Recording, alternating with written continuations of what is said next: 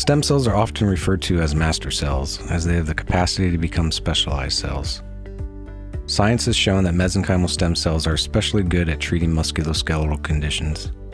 They are able to change into different cell types needed for healing, moderate the inflammatory response, and self-renew over long periods of time. Stem cells have multiple healing factors. They release growth factors, contain proteins necessary for the healing process, and help to naturally regulate the immune system. The number of stem cells are reduced with age. Chronic injury and arthritis deplete local supply of stem cells, and there's poor blood supply in tendons, ligaments, and cartilage. Muscles heal quickly due to healthy blood supply, as apparent by their red color. Ligaments, tendons, and cartilage have poor blood supply, as shown by their whitish color, making them slow to heal and often healing incompletely.